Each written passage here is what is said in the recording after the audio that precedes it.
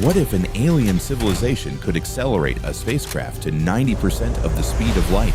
At that speed, a journey from Proxima Centauri to Earth would take about 4.7 years from our perspective. But something very strange would happen inside the spacecraft. For the travelers on board, only around 2 years would pass. This happens because time behaves differently for objects moving at extremely high speeds. The closer a spacecraft gets to the speed of light, the more slowly time passes for the travelers inside it, compared with people who remain on Earth. This effect is known as time dilation.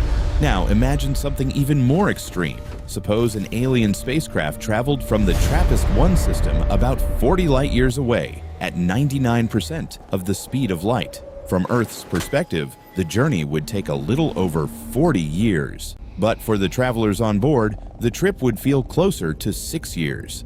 This simplified calculation does not include the time needed to accelerate and decelerate, but it reveals something important. A journey that lasts decades for observers on Earth may feel much shorter to the people inside the ship. Aliens would not need to move faster than light to dramatically reduce the amount of time they personally experience. However, there is a terrifying problem. The spacecraft would be moving incredibly fast. Why is speed itself so dangerous? Because space is not truly empty. It contains scattered hydrogen atoms, microscopic dust particles, and fragments of rock. At ordinary speeds, a tiny piece of dust seems harmless, but at a significant fraction of the speed of light, even microscopic debris becomes an explosive projectile.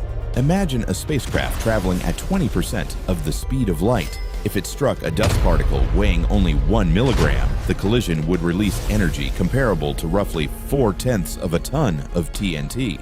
A single grain of dust could tear right through the front of the ship.